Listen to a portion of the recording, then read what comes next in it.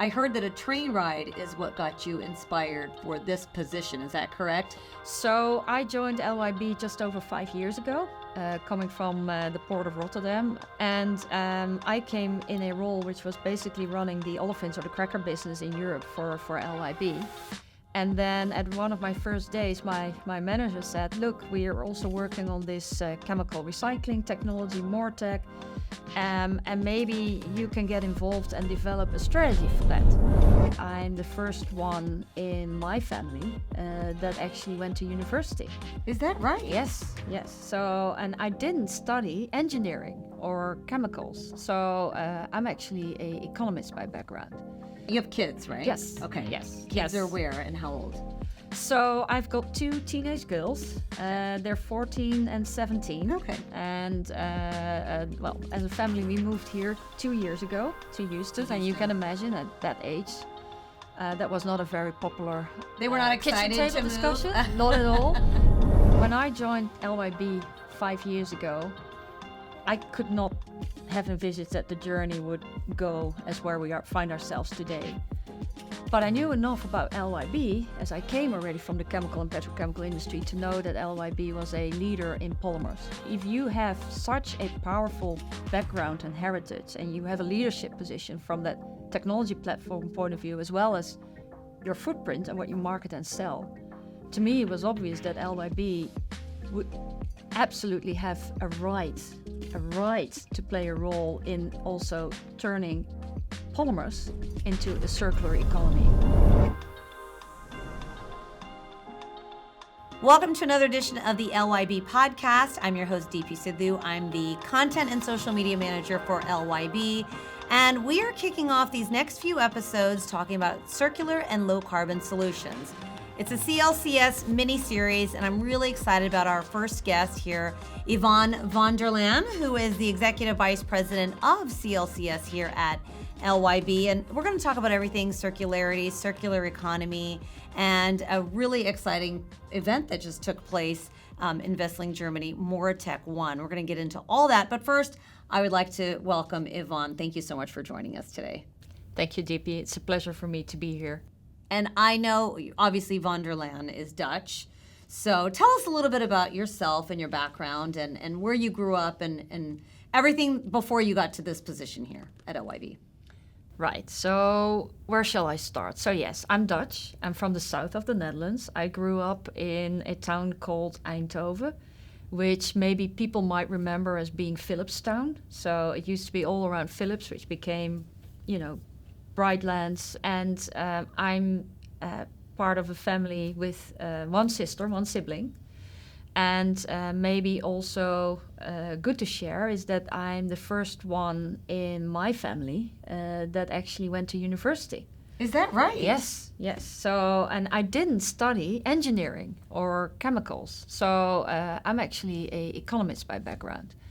So after university, I did start my career in the chemical industry in the south of the Netherlands, which was not my focus. So I started my career at back then DSM. It doesn't exist anymore, okay. But it had a big integrated site in the south of the Netherlands and was a very regional company, but very broad in terms of the businesses it served. So that was a great platform for me to learn a lot about how the value chain from a barrel of crude oil or gas go into anything you can think of that we see around us in our everyday sustainable living. I had no idea that you were an economist by trade. That's crazy. Yes. We were also discussing before this podcast that this is actually your first job in your career outside of the Netherlands, correct? That's correct. I did study abroad, so I did my maîtrise sciences éco in France for a year. But then I started working after university at DSM in the south of the Netherlands. And I first was actually in fine chemicals, so a really specialty type of pharmaceutical and agrochemical intermediates. And then after 5 years, I was approached for a role which was called feedstock trader. And that sounded very exciting. So within DSM, I moved all the way upstream for the cracker feedstocks of the company. And then 2 weeks after I moved to that role, DSM announced selling petrochemicals off, and that became SEBIC. So that's how I ended up for a large part of my career as well for the Saudi-based petrochemical company SABIC, and I went from kilograms to millions of tons. Wow. So yeah, for me, very, very, very exciting and an exciting journey through the chemicals value chain, and not necessarily in the logic order, but covering covering that full perspective. Got you here nonetheless. And I know you love to travel. So first of all, you have kids, right? Yes. Okay. Yes. Kids Yes. are where and how old? So I've got 2 teenage girls. They're 14 and 17. Okay. And well, as a family, we moved here 2 years ago to Houston. And you can imagine at that age, that was not a very popular They were not kitchen excited table to discussion. move. Not at all. But they got well adjusted, made new friends, are playing their beloved field hockey again, because my husband took that up as bringing that program to their school. So they're all fine. But yeah, 2 teenage girls. All right, so that's wonderful. And I know that CLCS, you've had such a varied path in your career, but I heard that a train ride is what got you inspired for this position. Is that correct? Tell me a little bit about that. Yeah. So I joined LYB just over 5 years ago, coming from the port of Rotterdam after I left SABIC. And I came in a role which was basically running the olefins or the cracker business in Europe for LYB. And then at one of my first days, my manager said, look, we are also working on this chemical recycling technology, MoReTec, and maybe you can get involved and develop a strategy for that. So in one of my first weeks, I was invited to go on a train ride from Rotterdam to Paris, together with Dan White, who obviously has been very pivotal in developing MoReTec with his team where we are today. And we'll come back to that when we talk about MoReTec 1. Okay. Well, that was my introduction to Dan, and we stepped on the train. I asked him, so Dan, what is your feedstock strategy for MoReTec? And he went all pale and like, what do you mean? So that's how we embarked on a journey on developing the thought about how are we going to scale this technology, not just from a technology point of view, but how are we actually going to create the business model around it? Because the feedstock isn't there yet. You cannot put the content of a household waste bin into a facility like MoReTec. So things need to happen, and yeah, that's how the journey started. So in the beginning, I think I scared the hell out of Dan, but we became very close colleagues in terms of how we're going to do this, how do we need to organize ourselves differently in terms of how we're going to develop this technology, not just from a scaling point of view, but also how are we going to develop the value chain around it that is needed to actually give it a business case. I like that you said this is how the journey started, because literally that is how the journey started. It is literally how it started. And the journey to CLCS is such a short one. It's a very young group. 5 years ago, there was no CLCS. Absolutely not. No. And no. now it's one of the 3 pillars of the company's strategy here at LYB. So why do you think it was so important for LYB to establish and make such a commitment to the CLCS business? So when I joined LYB 5 years ago, I could not have envisaged that the journey would go as where we find ourselves today. But I knew enough about LYB, as I came already from the chemical and petrochemical industry, to know that LYB was a leader in polymers. Not just in terms of volume, absolute leader in Europe and North America in terms of capacity, but also a leader in terms of its technology platforms for polyethylene and polypropylene. So if you have such a powerful background and heritage, and you have a leadership position from that technology platform point of view, as well as your footprint and what you market and sell, to me it was obvious that LYB would absolutely have a right to play a role in also turning polymers into a circular economy. So how do we also create value propositions out of something that, when I joined LYB, was considered to be a risk and a problem instead of an opportunity to create value? So to me, that we had to do there something which was beyond business as usual was one of the reasons why I thought there was an opportunity for me to bring that into LYB, that it could develop in where we are as a company today, with this role and an organization that today is already for CLCS more than 100 people, I could not have envisaged. So that is very, very exciting. And I think what has been pivotal is that just over 2 years ago, as a company, obviously we had a change of CEO. We embarked on a journey of reassessing our strategy, and that was really the opportunity to do the strategy homework for that in such a way that we could also show the pathway and the roadmap to creating for that a really accretive value business for the company. Yeah, for the CLCS business. And we hear a lot of talk about building a circular economy. And why is that so important? What are the key principles of a circular economy? How is LYB supporting that? Maybe at first instance, if you think about us as a company that produces polyethylene and polypropylene, what do we have to do with the consumers? What do we have to do with plastic waste? Well, actually, we are a very important part in that value chain. And we're part of the solution to see how we can take that plastic waste that we as consumers hopefully all throw away in our bins can be brought back as a resource, as a raw material again, into the process of, selling polymers again with recycled content into it. So I think we have a very important role to play, but we can't do it on our own. And that's why CLCS is set up as a dedicated organization that takes that view from the ultimate, what is creating the demand.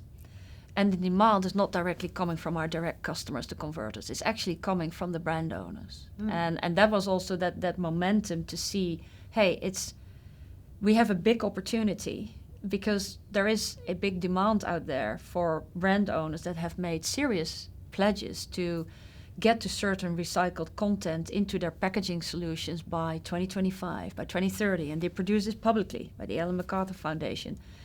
How do we make sure that we can address that demand in a way that we address also the value chain that needs to be part of that solution?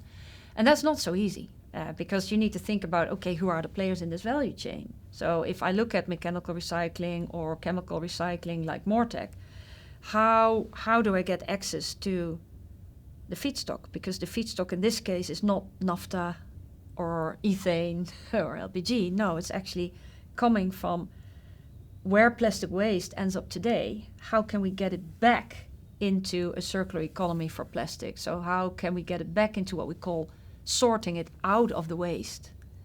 And how can we get access to plastic, what we call plastic waste bills that we can actually use in different recycling technologies? So how do we close that loop means that we had to move into areas of a value chain that still largely had to be created, but also move in areas of that value chain that are,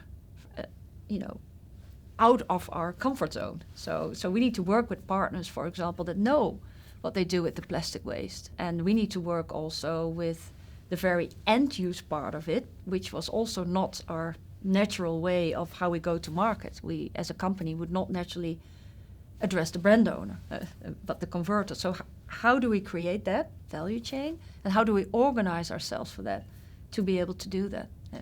It seems like there's a lot of nuances because Yes. it sounds like there are obviously the benefits of building a circular economy. You want to eliminate plastic waste, keep everything still in circulation, but at the same time, so many challenges as well. So, what do you think are the biggest challenges? You mentioned some of them, but what is needed to sort of overcome those challenges when it comes to implementing a circular economy?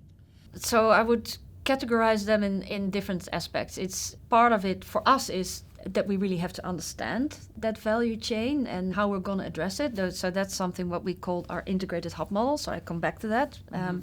The other piece is the context around it. So what's happening in society, in the regulatory piece, what's driving, for example, that the brand owners are so adamant about their commitments to address plastic waste and predominantly plastic waste in food packaging and single-use packaging. So there is the aspect of understanding that, the educational aspects of it, and seeing that context in the context of, okay, and how do we as LYB then know where we need to play to create that also in a business model? Looking at that context, and what do we do with that context on how we address that? Because part of the demand needs to be shaped. I mean, the brand owner can say, I want it, but it doesn't mean it's there. So that's also, if you look back at our journey and how we kicked that off publicly in Capital Markets Day in March a year ago, over a year ago is basically at the basis of how we see that. There's a big opportunity for all these brand owners that have made these pledges, which gives you a really material demand by 2030. But today, the supply side for that demand is a fraction of what they need. And how are we going to play a role into that? And a leadership role, so we are early. And we can capture not just a leading part of that future market share, but also create the additional value for the company with that. And that is not there today. But if you look at over the past years, what we to date already have been able to produce a market as renewable and recycled content in our circular solutions, it came from a very small base, but the growth that we're going through is impressive. It's something that I'm really proud of. If I look at what we were able also to report in our sustainability report over 123 kilotons sounds very little in the context of what we do. But if you look at the growth rate over the past few years, that has been impressive. That has been a growth rate of over 55%. Tell me a little bit more about Circulen. How does the Circulen portfolio, you mentioned Circulen playing a part in that, but how does it fit into this strategy of building a circular economy? So for us, Circulen is more the way we brand all the solutions that we offer for the brand owners. So and that brings us back to the integrated hub. So in order to be able to provide all these solutions under our Circulen brand to the brand owners, we have to build this integrated hub to be able to do that. So first of all, get access to the plastic waste that we can then either through mechanical recycling, like we do it in the Netherlands, in Geleen, or through advanced recycling, like we are now building the first commercial scaled plant in Wesseling, to these solutions that through those technologies result in a certain proposition. So Circle and Recover for the mechanical recycling solutions, Circle and Revive for the advanced recycling solutions, Circle and Renew for the biocircular or renewable-based solutions. And then we can build on that brand umbrella for whatever new type of solutions within that concept of different routes to circular or biocircular, how we can expand that. So that's really exciting that we can do that. And the Circulen brand resonates very well in our positioning in the market space and with brand owners.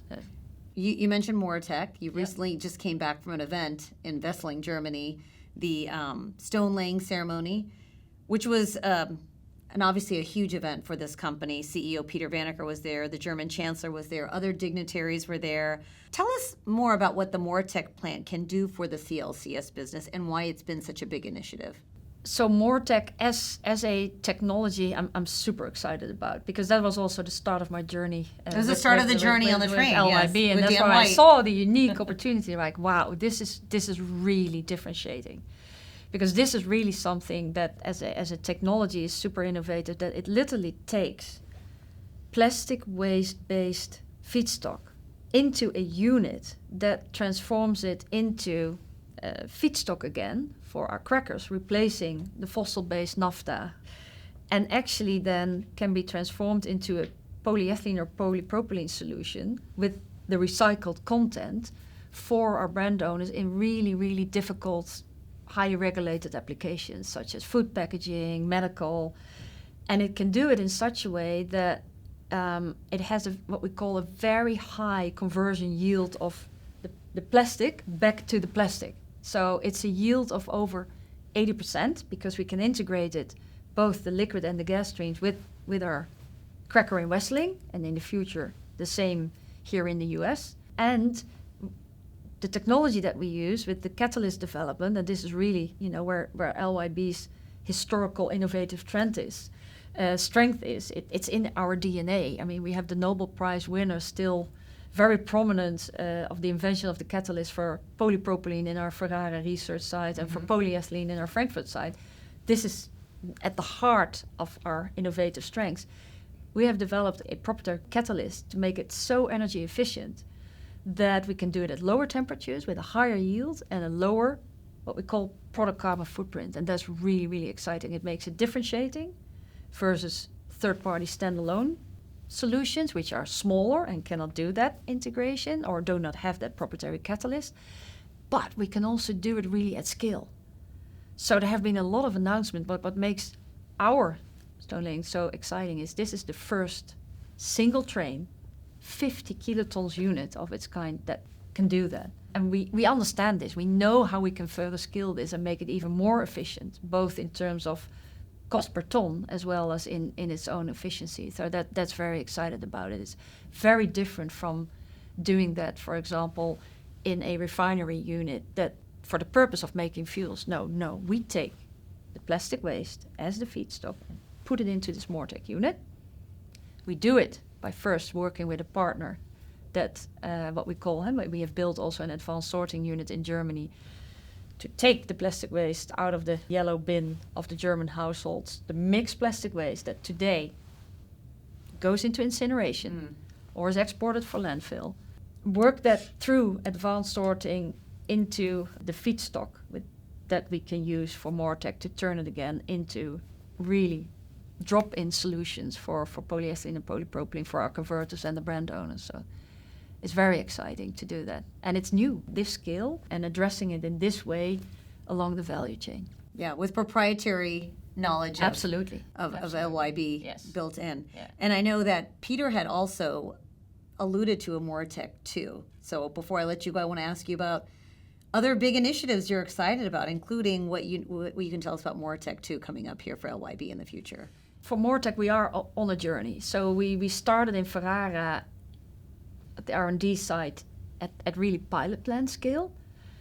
And if you've seen the pictures and colleagues that have visited Ferrara, this is a serious unit, but you still call it pilot plant. So we make a step up of a scale from something that produces a few tons per year to 50 kilotons. And what we're going to do with MoReTec 2, so that's what we're now studying, is how we can double the capacity, again, in a single train from 50 kilotons to 100 kilotons. And we're going to see how we learn, and in the future, see if we can even further scale that technology by keeping its advantages of yield and footprint, but making sure that that's what we're good at. We know how to do that. We know how to scale these type of technologies. So that's what I'm really excited about. It's a journey, but it's a very, very promising journey if you think about the future, where this needs to be part of a value chain really that is scalable, because that's what our customers are asking for. That's exciting news indeed, Yvonne. Thank you so much for the time. And to learn more about LYB and the circular and low carbon solutions business, you can check out lyb.com. Stay tuned for more episodes of our podcast. Coming up next, we'll discuss advanced and mechanical recycling in our CLCS miniseries. Thank you so much for listening.